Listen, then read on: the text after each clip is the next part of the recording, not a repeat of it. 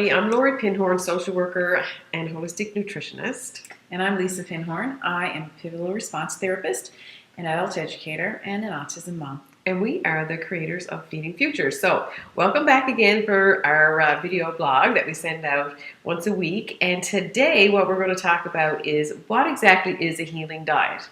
Now, this was sort of the whole premise of my master's thesis, so we're not going to cover it all here today in this little couple of minutes video.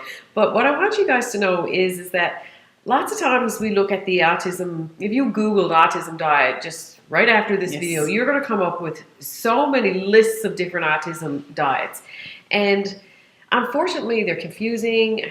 You don't really know what's backed up by science and what's not backed up by science. And what we're going to try to help you guys understand today is that there's not just one autism diet. Exactly. So if you find a practitioner who's trying to help you understand autism and food, know that you really need to be hooked up with somebody who's going to find the best autism diet for your child and for you and for your lifestyle. Exactly. And a healing diet is not just about removing gluten. Yeah. That's a piece of it. And it might not be a piece for you. It might not be, because there's only a subgroup of people living on the autism spectrum that cannot tolerate gluten. So let's not even talk about gluten, because we could get on this for all night. Yeah, exactly. But you need to find a practitioner who's going to help you become an investigator of how food impacts your child and their symptoms and things like that. And the reason is because everybody is different. Biochemically, everybody's different. We're identical twins, and biochemically we're different. Our nutrition is different. Exactly. So, what about to talk about all the things that are wrong with you?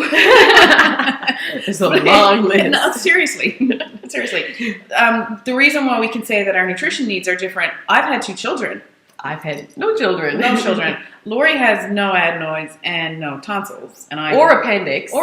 See, she got issues. But so our needs are different, right? And the apple doesn't fall too far from the autism tree, and likely my mitochondrial does not work as well as yours. Probably, you never know.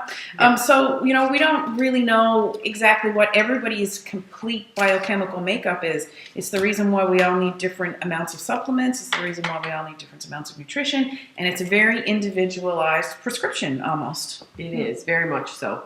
And so what we try to do in our 3-month coaching program called Feast is to try to help a family figure out what kinds of foods do you need to eliminate, because that is part of an autism diet. Is there are offenders out there that are making the autism symptoms more agitated and expanding chaos in our brains. Exactly. I met a mom who figured out eventually that, her kid just cannot eat bananas.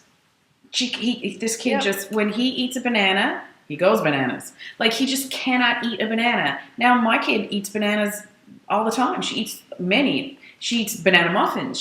But it's part of that. Food doesn't seem to have an issue for her. And nobody's going to come up with the no banana diet for autism. No, it is just one of those things that this kid cannot tolerate. Exactly. And you've got to be a really good investigator to figure that out.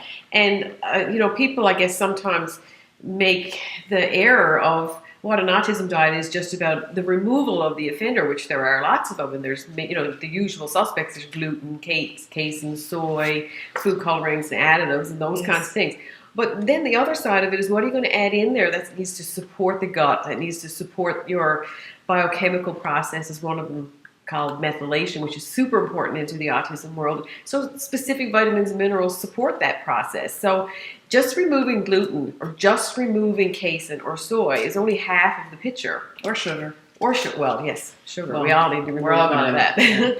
So our tip for today is to remember that biochemically everybody's an individual, and that you need to find a practitioner who's going to be responding to that biological reality. Absolutely. And one last thing I will say is that through our research, what we have discovered is that there's not a whole lot of great resources out there for parents to help them learn how to do all that observation. So within Feast, we have developed this spectacular diary where you can track what your child ate and then do an analysis at the end of the day about, how was their mood today? How was it? What happened to them after they drank that big thing of juice, or Yes. and put it into all the core symptoms of autism, so that it really teaches you how to be a spectacular observer of the connections between food and mood. And it doesn't exist anywhere else. We've looked for it and we couldn't find it, because if we could have stole it, we would have stolen it. We would have. We didn't, so we had to write it. We had to write. She wrote it, actually. She did a fabulous job. Yeah. So we will see you next week. Please share the video. Leave us a comment.